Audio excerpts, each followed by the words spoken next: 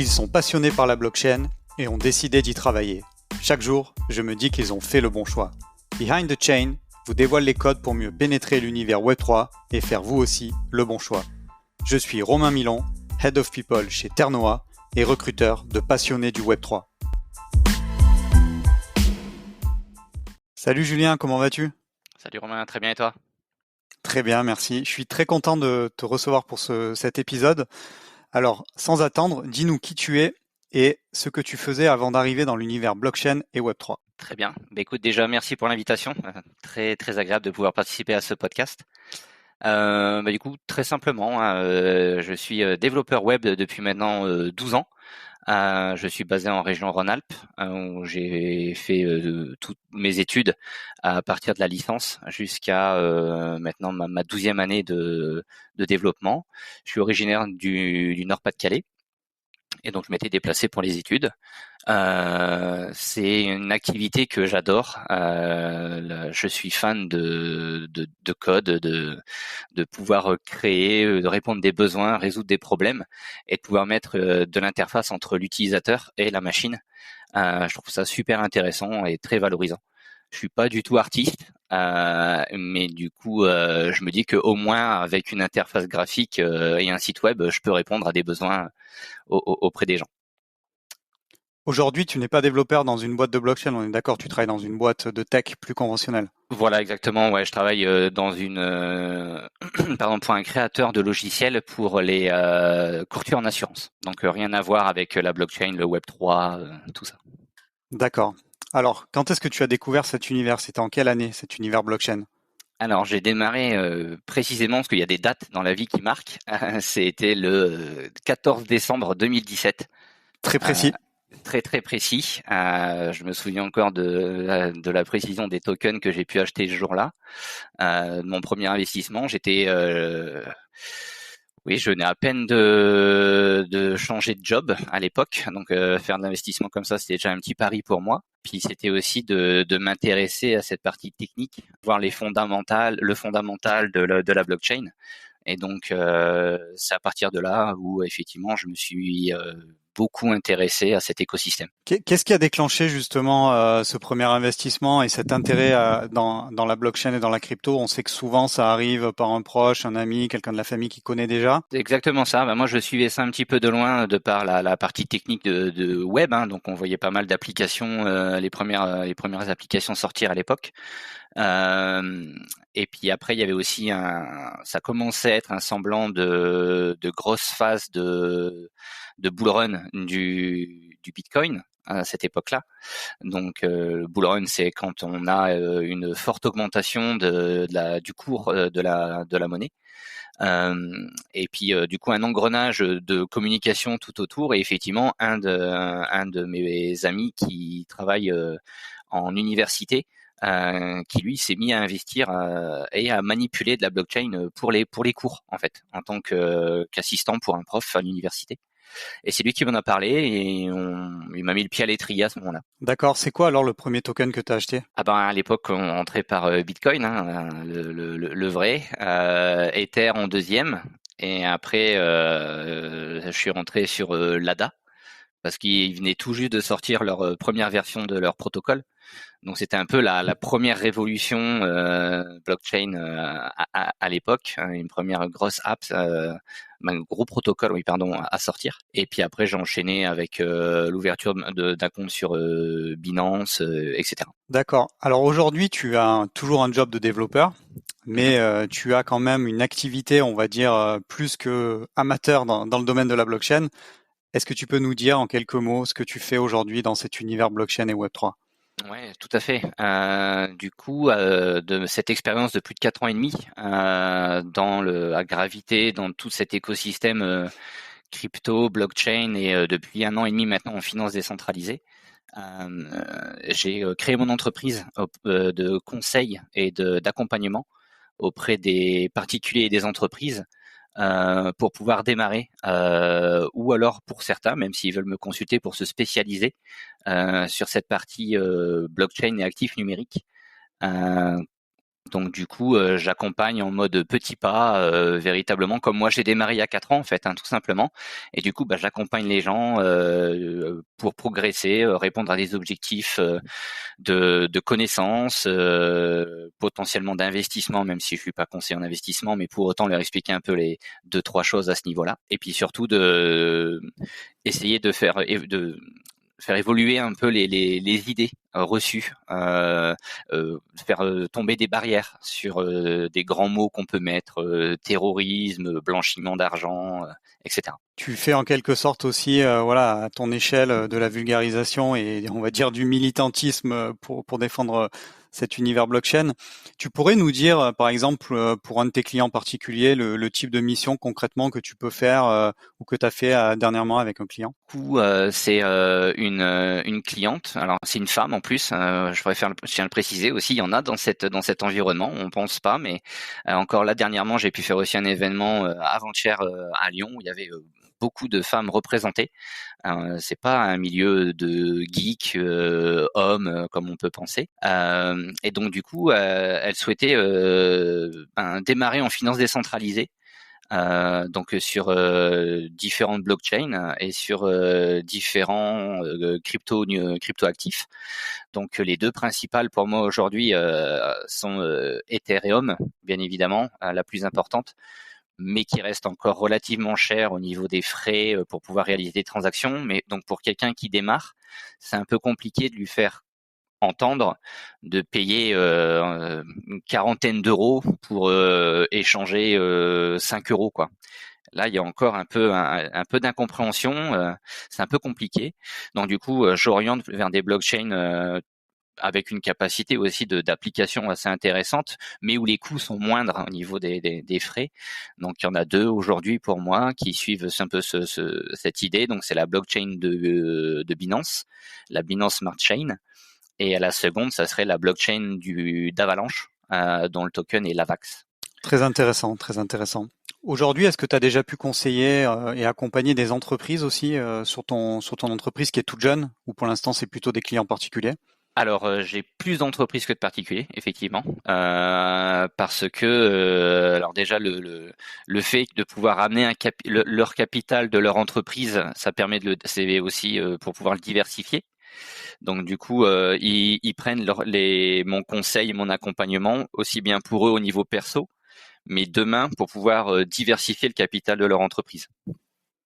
Chose qui, pour certains aussi, sont frileux, mais c'est tout à fait envisageable de le faire. Alors sur des plateformes cette fois-ci un peu plus, on va dire un peu plus centralisées, un peu plus légitimes, parce que sortir du capital d'entreprise sur de la finance décentralisée, je suis pas comptable, mais je pense que derrière ils doivent être frileux eux encore plus. Et donc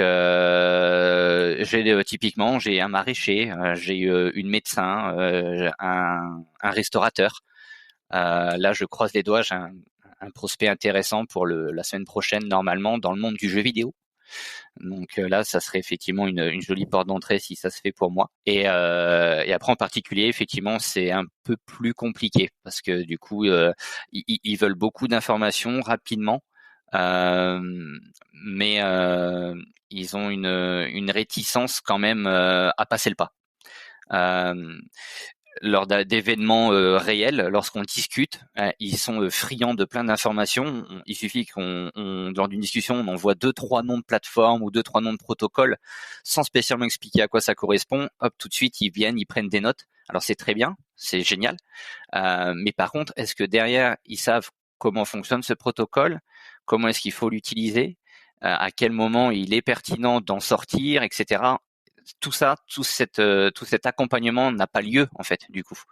Et c'est là où finalement ils ont pris l'idée, ils vont regarder chez eux et puis ils vont essayer de faire au mieux. Comment concrètement tu t'es décidé et tu t'es vraiment lancé dans cet entrepreneuriat justement dans le domaine de la blockchain? Qu'est-ce qui fait que tu es passé à l'action? Si tu peux nous décrire les quelques étapes de ton cheminement. Oui, du coup, c'est durant l'été dernier, au mois de juillet, je suis suivi par avec une avocate assez spécialisée sur la partie blockchain et actifs numériques, et on discutait comme quoi il manque dans l'écosystème des référents avec un bagage suffisamment technique, donc avec les compréhensions des protocoles, des sécurités, du fonctionnement, mais pas que, qui est aussi une connaissance un peu plus généraliste de l'économie, etc. Et d'avoir un peu de la pédagogie pour expliquer ça. Faut pas que ça soit pure tech et qu'on explique que ça, parce que du coup on va perdre les gens. Du coup, il faut être capable de prendre suffisamment de recul pour leur expliquer ça aussi avec des éléments de l'économie réelle, de l'activité du quotidien. Et là, d'un seul coup, les gens commencent à relier un peu les éléments entre eux et comprennent un peu plus facilement. Et donc on parlait de ça en juillet. Et bon, j'ai gardé l'idée en tête. Je me suis dit, pourquoi pas, ça peut être intéressant. Et les mois passant, j'ai eu de plus en plus de sollicitations d'amis et de connaissances qui souhaitaient toujours apprendre, démarrer, investir. Et donc les quelques conseils que j'ai pu donner sont ont plutôt bien fonctionné pour eux. Et là, je me suis dit qu'il y avait une opportunité à saisir, mais pour professionnaliser ça, euh, parce que on peut aussi, en notre nom propre, et on n'est jamais à l'abri, de donner un conseil sur un actif numérique. Les gens achètent, perdent leur capital. Demain, les gens portent plainte pour un peu tout et n'importe quoi. Donc du coup, ils peuvent revenir vers vous avec une plainte en disant oui, cette personne, c'est de la fraude et terminé. Donc il y a peu de chances qu'elle gagne parce que rien n'a été officiel. Enfin voilà, c'est parole contre parole, mais pour autant, on est quand même, on risque d'être mis en avant, notre nom, etc., notre professionnalisme, etc. Et donc du coup, je voulais essayer de faire ça dans une démarche la plus claire possible, la plus saine possible auprès des régulateurs, et en créant du coup une structure qui pourra du coup prouver que ce que je vais dire n'est pas là pour faire d'arnaque aux gens ou ce genre de choses. Et du coup, pour aller peut-être au bout aussi de la réflexion, est-ce que tu pourrais nous clarifier ce qu'est le PSAN et notamment la régulation de ton activité? Je Ouais. pense que c'est intéressant pour ceux qui connaissent pas. Bien sûr. Donc du coup, un PSAN, donc c'est un prestataire de services en actifs numériques. Donc c'est auprès du régulateur. Il existe donc la notion d'enregistrement préalable qui est du coup définie par 4 catégories. Donc pour ces catégories, en fait, c'est dès qu'on vient manipuler l'argent pour ses clients, ou alors qu'on possède à un moment donné la clé privée du portefeuille de nos clients. À ce moment-là, on est obligé d'être enregistré, d'être régulé, et on devient PSAN. Et il existe une 5e catégorie qui est en fait dans la formation et l'accompagnement. Donc c'est dans celle-ci dans laquelle je tombe. Et celle-ci, on n'a pas besoin d'être enregistré préalablement. On peut démarrer notre activité telle quelle, avec bien évidemment du coup toujours dans cette partie législative, de prévenir nos clients qu'on n'est pas conseiller en investissement financier, qu'on n'est pas responsable de la perte de leur capital. On est là surtout pour les faire de la pédagogie, pour de l'acculturation et les accompagner à la compréhension. Et à ce titre-là, d'ailleurs, tu n'as pas le droit non plus de faire de démarchage commercial actif. Exactement, dans la mesure où je suis pas enregistré ou même agréé, qui est en fait l'agrément PSAN, c'est le niveau supérieur. En respectant ce cadre PSAN, j'ai effectivement pas le droit de démarchage commercial ni de communication par voie électronique. Donc j'en reviens au bon vieux. Alors ce qui est assez rigolo, j'en reviens au monde réel. Donc rencontre avec les personnes et échange de cartes de visite. Merci pour cette précision technique.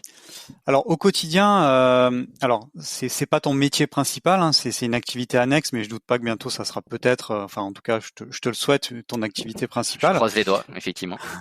Je sais aussi que tu es, bon, forcément tu es investisseur à titre personnel et je le précise dans ce podcast, bien entendu, on ne conseille à aucun moment en termes d'investissement, donc voilà, ce n'est pas du tout un podcast où on va vous vous recommander d'acheter telle ou telle valeur et bien entendu, c'est pas du tout le but de ce podcast. Je crois savoir que tu opères des masternodes. Oui, tout à fait. Tu pourrais nous démystifier un peu ce qu'est un masternode et ce que tu fais à travers ça, comment ça se passe, parce que même pour moi aujourd'hui vraiment ça reste encore un peu flou. Alors du coup, c'est la partie technique effectivement à ce moment-là. Hein. Là, je change de casquette. Je retrouve les joies de mon écran et de mon clavier et de mon serveur, parce que du coup, en fait, c'est simplement d'installer sur un serveur l'application et récupérer la blockchain pour pouvoir participer à la décentralisation de la blockchain pour laquelle on souhaite être validateur. Donc il y a principalement deux grands consensus pour pouvoir valider la blockchain, soit la preuve de travail, donc ça sera Bitcoin et Ethereum, avec en mettant à disposition non pas un serveur mais du coup des cartes graphiques ou alors des processeurs pour calculer, résoudre le problème cryptographique pour pouvoir valider le bloc. Et ensuite, il existe la deuxième preuve, qui est la preuve d'enjeu.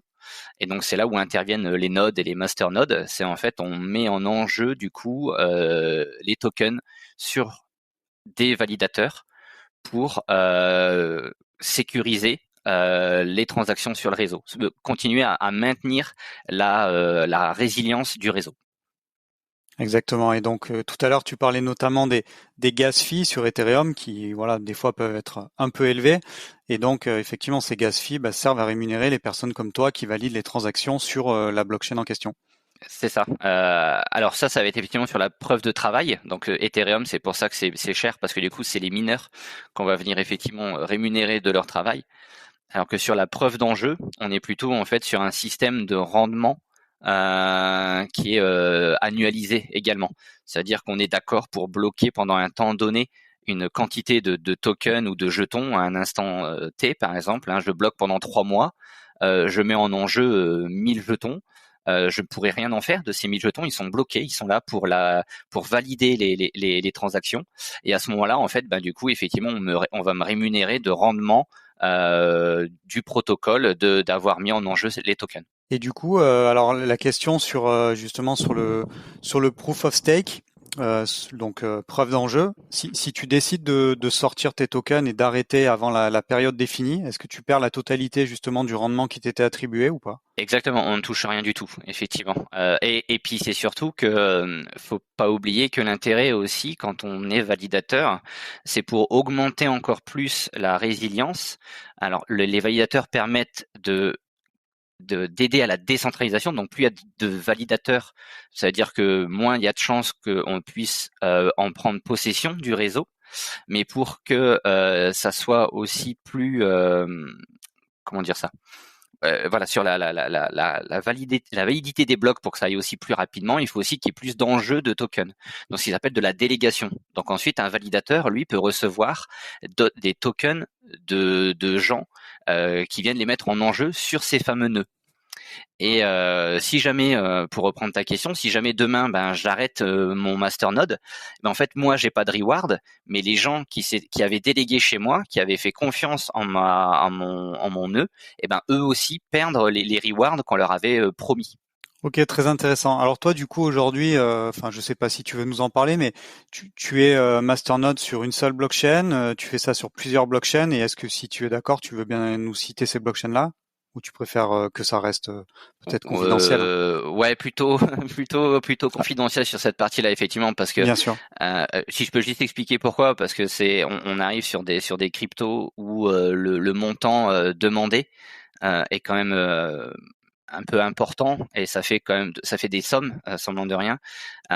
Donc avec tout ce qu'on peut entendre, parfois on se garde un peu de parler effectivement de volume. Donc juste, est-ce que tu fais ça sur une seule blockchain ou plusieurs blockchains? Sur plusieurs, D'accord. effectivement. J'en suis sur 2 du coup. Ok. Merci pour ça. Qu'est-ce qui te plaît le plus au quotidien dans cet univers justement blockchain? Tu pourrais nous citer quels sont tes médias ou les communautés que tu suis pour justement voilà trouver des projets intéressants pour rester toujours informé et à la page par rapport à ça? Ah bah sur au niveau francophone, on a des grands représentants hein, de tout ça. On a Cryptomatrix sur Twitter. On a Owen Simonin qui est hasher sur YouTube pour la société Just Mining, qui sont quand même et puis Samy du Journal du Coin, qui je trouve pour moi sont vraiment trois personnes qui représentent bien l'écosystème de la blockchain et des cryptos au niveau francophone, et même le Samy du Journal du Coin à l'international, hein, parce il parcourt énormément d'événements à travers le monde. J'ai eu l'occasion de pouvoir participer à l'Avalanche Summit à Barcelone, et j'ai eu l'occasion de croiser Samy là-bas, par exemple.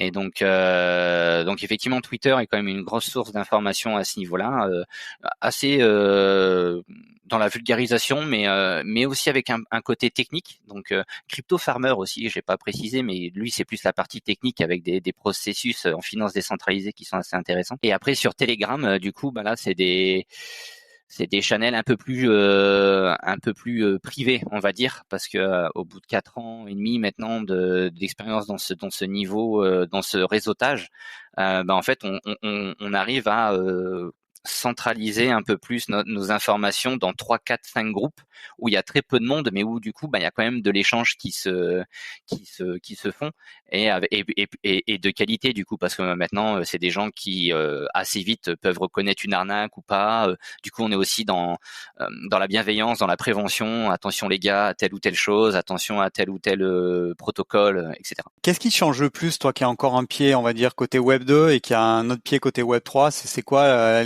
la plus grosse ou peut-être les deux plus grosses différences que tu vois entre ces deux mondes-là? C'est assez rigolo, mais c'est sur le langage.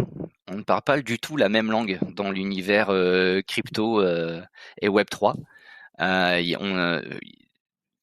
reviens sur mon activité, mais pour mes clients, je leur fournis un lexique de tous les termes qui peuvent exister et être employés, parce que on arrive dans un monde, c'est fait énormément d'abréviations, il y a de l'anglicisme, on est sur des termes techniques pour annoncer quelque chose de très simple. On rentre d'un seul coup dans de la technique, on emploie des termes de finance. Enfin, ça a vraiment son propre langage, et je trouve que c'est vraiment ça qui peut aussi des fois faire peur aux gens qui ne connaissent pas, d'arriver dedans et de se dire oh mon Dieu, mais tout est en anglais, oh là là, les mots je les comprends pas. Alors effectivement au début ça fait une grande source d'information à avoir, mais à force de répétition et de l'entendre voir ou même de le lire, et ben après on comprend assez rapidement. C'est un petit temps d'adaptation assez rapide. Et, et après aussi, je me rends compte que c'est sur la notion d'écoute et d'échange. J'ai l'impression que quand on arrive sur cette partie d'actifs numériques et de blockchain, on trouvera beaucoup plus facilement de conseils et de bienveillance dans cette communauté, parce qu'on sait en fait qu'on n'est pas beaucoup à s'y intéresser, et dès que quelqu'un souhaite avoir de l'information, et ben tout de suite, je sens qu'on est plus facilement présent pour aider et répondre. Bien entendu, oui, oui, c'est cet esprit communautaire qu'on peut retrouver notamment sur les groupes Discord. Je C'est suis ça. d'accord avec toi. Qu'est-ce que tu conseillerais à toi qui vient de te lancer, à quelqu'un qui hésite encore à se lancer justement dans cet univers? Bah déjà, c'est de bien maîtriser le fondamental, parce que faut pas oublier que là, on parle effectivement de différents protocoles, de blockchain, etc. Mais il y a une nature, il y a une racine qui est très importante, et celle-ci, faut pas l'oublier. Hein, ça n'a pas été inventé comme ça pour s'amuser. Il y a un vrai cas d'usage, un vrai fondamental à la création de la blockchain Bitcoin, hein, qui est la première à avoir été démocratisée, décentralisée. Et je pense que c'est important de conserver ça à l'esprit, ce principe de fonctionnement, cette philosophie, avant de se lancer. C'est pas effectivement l'univers crypto, on ne devient pas millionnaire en un week-end. Ça sert pas à ça en fait, comme à la base. C'est réellement de faciliter des échanges entre deux pairs, entre une personne A et une personne B, sans tiers de confiance et sans altération. Ça, c'est vraiment la base qu'il faut avoir absorbée, avoir comprise et savoir la restituer pour pouvoir ensuite progresser sur d'autres niveaux que peut apporter la blockchain. Qui t'inspire le plus dans le secteur? Alors, je vais enlever deux choix possibles. Le premier, c'est Vitalik et le deuxième, donc le fondateur d'Ethereum, et le deuxième, ce sera CZ, le fondateur de Binance, parce que je pense que sinon, on va revenir souvent sur ces deux noms-là. Alors, j'espère que c'était pas un de tes choix, mais vas-y, je Eh te ben laisse la si, parole. j'avais CZ, effectivement, Ok. le fameux. Alors bon, c'est le tout début on va dire, de cette nouvelle série du podcast. Donc n'hésite pas, voilà, à nous dire aussi pourquoi 6Z. Ouais, bien sûr. Alors, je mettrais juste peut-être un petit bémol sur le terme d'inspirer. Tu vois, je trouve que le mot est peut-être un petit peu fort, mais par contre, je trouve que c'est des personnes. J'aurais du coup deux personnalités, dont une en plus que j'ai citée juste avant, hein, du coup, mais deux personnalités qui sont fortes et qui représentent bien l'univers. Et donc effectivement, CZ, hein, le CEO de Binance, je trouve qu'il gère sa barque de manière admirable. Il sait exactement où il veut aller pour son entreprise. Il se donne les moyens de réussir. Quand il annonce en France, je suis prêt à ouvrir une école entre guillemets de formation crypto. Waouh, ça il sait exactement comment ça fonctionne et sur quel levier jouer pour réussir. Et puis bien évidemment la puissance de Binance qui peut demain, je suis quasi certain, représenter un peu la puissance de l'Amazon dans le monde de la vente. Et ben on aura Binance qui est un peu l'Amazon du monde des exchanges quoi. Euh, donc voilà pour lui. Et puis après, du coup, je disais juste avant, mais du coup, Owen Simonin de Just Mining, qui permet effectivement de bien démocratiser et bien vulgariser cet univers crypto. Euh, il faut l'écouter parce qu'il dit est très intéressant. Et après, j'ajouterais peut-être un organisme qui est aussi super intéressant, qui est Blockchain Partner, qui est dépendant de KPMG, où on a effectivement les deux co-créateurs, Claire Balva et Alexandre Statchenko, pardon, qui ont même presque du militantisme même, mais aussi au niveau du régulateur et au niveau de comment on appelle ça, des décideurs. Et ça, je trouve ça hyper intéressant et très important d'avoir ce genre de personnes qui est capable de discuter avec des députés, des présidents de grands groupes et de les conseiller et de leur expliquer ce que c'est réellement la blockchain et pour pas que demain, avec tout ce qu'on peut entendre au niveau de la régulation européenne, les projets MiCA, etc., qu'on se retrouve en retard d'un wagon par rapport aux États-Unis. Merci du coup pour ta réponse multiple, mais ça me va bien. L'heure tourne, alors on va essayer d'être assez rapide pour Oui. les deux dernières questions. L'avant-dernière question, c'est quoi ton projet coup de cœur du moment? Voilà, c'est quoi le projet que tu aimes et pourquoi? Ouais, alors là, je vais peut-être pas faire dans le si commun, on va dire, parce que ça reste dans le NFT, du coup un token non fongible, mais qui a la particularité, celui-ci, d'être soutenu par le cours de métaux précieux. Donc en fait, on achète son NFT qui représente un très joli dinosaure, un raptor, qui a été véritablement stylisé et dessiné par une vraie illustratrice. Et en fait, en fonction du mint et de l'achat, de la chance qu'on a, et ben du coup notre NFT sera soutenu. Donc le terme c'est backé en anglais, sera soutenu soit par un once d'argent, un once d'or ou un once de platine. Et donc du coup, il y a le white paper est très intéressant. Il y a tout un effet ensuite derrière de trois générations et en fonction comment on appelle ça, des métaux qu'on aura réussi à obtenir, On va pouvoir demain les associer ensemble pour ensuite progresser dans cet environnement de métaux précieux. Enfin, c'est d'avoir un token utile soutenu par quelque chose qui est pas juste un dessin de tête de singe ou des pixels de petits robots. Là, il y a vraiment un fondamental derrière. Ok, donc c'est le projet Raptor, c'est ça? Il est disponible sur OpenSea, j'imagine. On peut voir à quoi ça ressemble. Alors, il est sur la blockchain d'Avalanche. Ok. Et c'est Raptors Origin. Alors, on arrive à la dernière question. Tu seras où dans 10 ans? Je me demande même pourquoi je te pose la question, mais je t'en prie, vas-y. Ouais, non, bien sûr. J'espère avoir que la démocratisation de la blockchain elle sera bien avancée. Que quelques personnes aient encore besoin de mes services, mais pour être encore plus technique, plus dans cette notion de petits pas, mais plus dans de l'expertise. Écoute, il me reste à te remercier. Merci beaucoup pour ton temps. C'était un super échange. Je pense qu'on a couvert beaucoup de sujets. On est allé parfois beaucoup dans la technique, mais je pense que tu as fait un gros effort de vulgarisation aussi, donc c'est important. Et je sais que voilà, c'était important aussi à tes yeux de le faire comme ça, parce que tu œuvres aussi au quotidien à vulgariser aussi cet univers-là. Un grand merci et j'espère que tu as Merci à passé toi. aussi un bon moment de ton côté. Très très bien, très agréable de pouvoir échanger et discuter sur ce thème et ce sujet très très important pour moi. Et encore merci pour l'invitation. J'espère que ton parcours donnera aussi envie à ceux qui hésitent encore de se lancer eux aussi dans l'univers blockchain et Web3. À très bientôt, Julien. À très bientôt, merci.